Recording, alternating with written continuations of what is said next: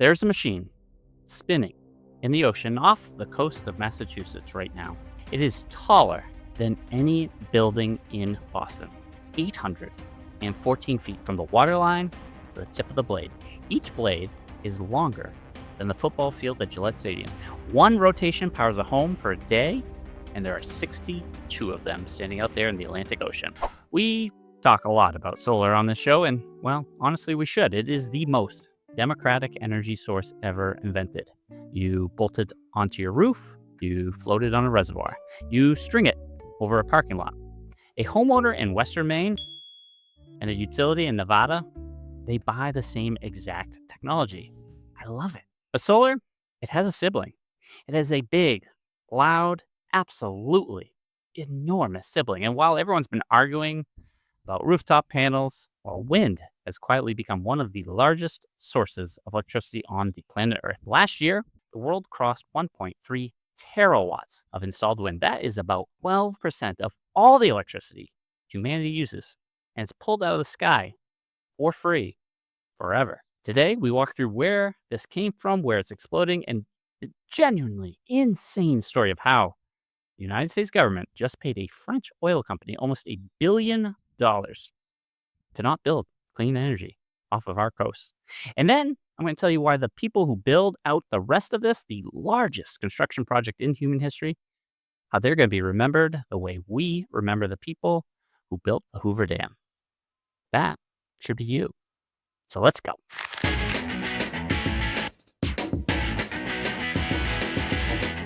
Humans have been stealing energy from the wind for a very long time. Persians, they were grinding grain with vertical windmills more than 1,000 years ago. The Dutch, they drained a third of their country with them. But electricity from wind, well, that's an American invention.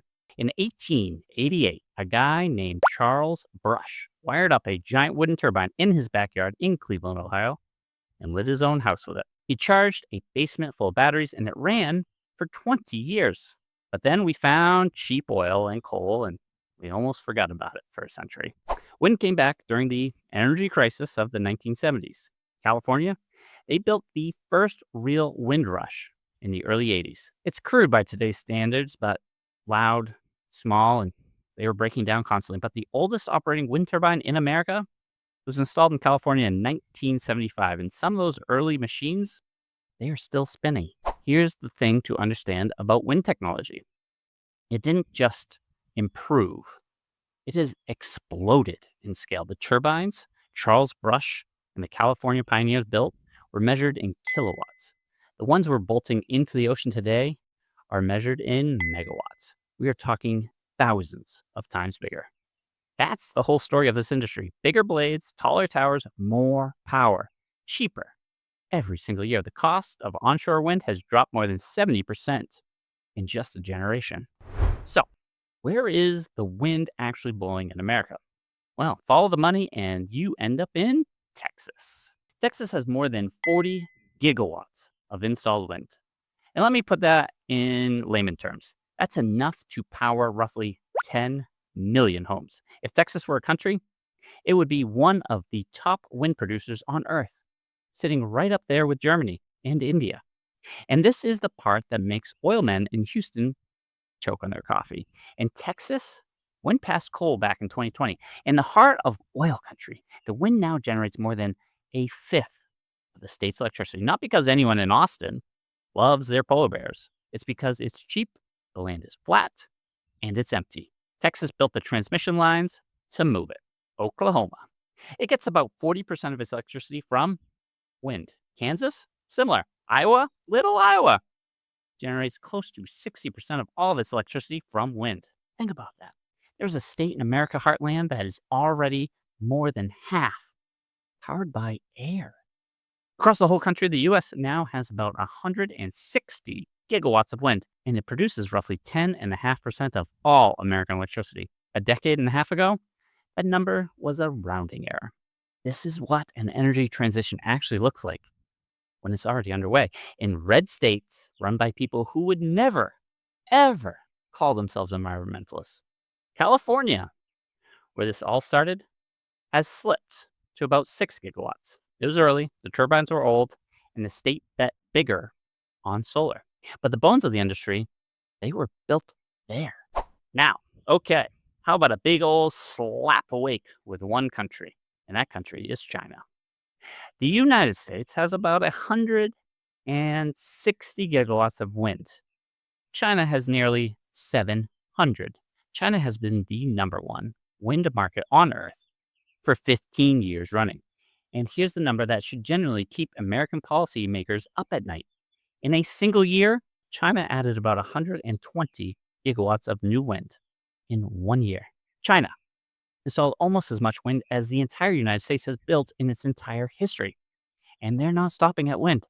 China's combined wind and solar capacity, it blew past 1.8 terawatts. And they make most of the world's turbines, most of the blades, and the inverters while they're at it. I've spent time in the developing world, and I'll tell you the frame nobody in Washington wants to hear. We keep talking about developing countries as the laggards, the ones who need to catch up on clean energy. We've got it backwards.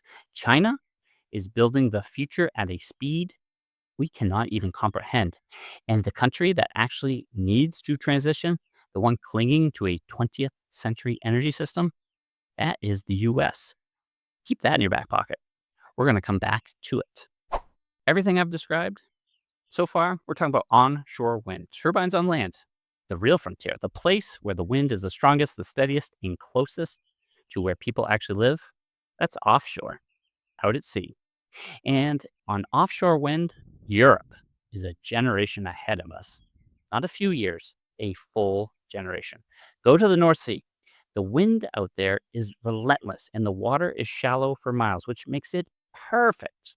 The Europeans figured this out 25 years ago and just started building. Today, off the coast of Yorkshire in England, they're finishing a project called Dogger Bank. When it's done, it will be the largest offshore wind farm in the world. More than 8 gigawatts of capacity. Turbines 100 miles out to sea in water so far from shore you can't see them from any beach. Europe holds something like 40% of all the offshore wind on the planet. Why does offshore wind matter so much? Well, because this wind at sea, it doesn't quit. Onshore wind has good days and lazy days. Offshore wind, it blows hard and it blows consistently, day and night. And it blows hardest in the winter, exactly when demand for heat is highest. It's the closest thing to baseload power the wind has ever offered. And the biggest population centers in America, they are sitting right on the coast, staring out at the best untapped energy resource we have. Europe saw that and built it. We did something else. Here is where I have to stop being cheerful tour guide and tell you something that should make you angry. The United States has barely any offshore wind, and not for lack of wind or money or engineering. We have plenty of all three. We don't have it because of a political fight that just reached a level of absurdity I genuinely struggle to describe to you without, well, raising my voice. On day one of this administration, the president signed an executive order halting offshore wind. No new leases, no permits, no approvals. A man who has personally hated wind turbines ever since he lost a fight to stop one near his golf course in Scotland. In December of last year, a federal judge looked at that order and ruled it unconstitutional. He struck it down. So the administration changed tactics. And this is the part where you need to make sure you hear me correctly. In March of the past year, the Department of the Interior announced that the federal government would pay Total Energies, their French oil company, $928 million, almost $1 billion of your tax dollars. And what did we buy for that billion?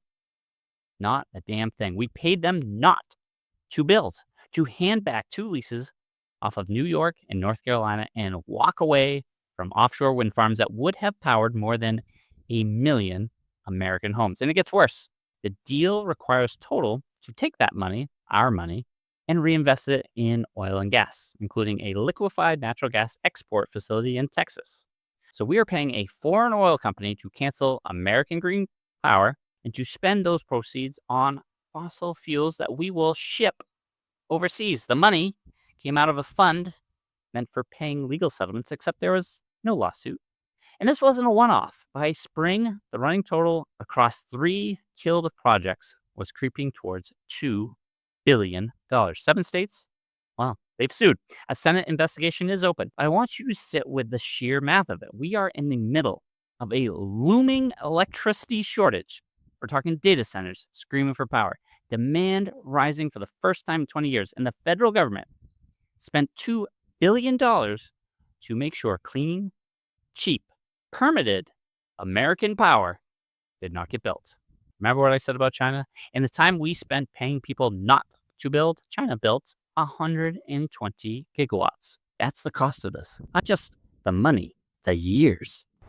Now take a breath, because there's still good news. They can't stop all of it, and they didn't. Remember those 62 turbines off Massachusetts I opened with? That's Vineyard Wind, the first large-scale offshore wind farm in American history.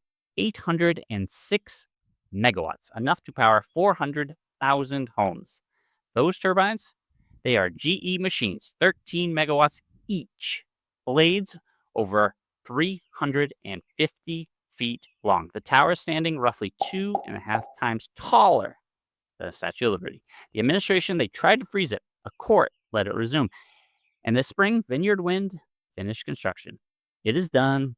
It is spinning. It is feeding the New England grid. It's not alone. Revolution Wind off of Rhode Island is delivering power for another 350,000 homes. South Fork Wind off of New York has been fully operational since 2024. During the brutal cold snaps this past winter when natural gas plants were straining, wow, those offshore turbines performed as well as an average gas plant in the dead of a New England January. That's the thing critics swore wouldn't and couldn't happen. So the proof of concept is no longer theoretical. The first steel is in the water. The turbines work. The power is real. The only question left is scale and how fast we're going to get it done. So let's dream. Let's dream with our eyes wide open. What could offshore wind actually do for the country? The Department of Energy's own numbers, the technical potential of America's offshore wind is more than 4,000 gigawatts, 13,500 terawatt hours of clean electricity per year. Let's translate that. That is roughly 3 times the total amount of electricity the entire United States uses. 3 times. Sitting off our coast in federal water, doing nothing but making waves.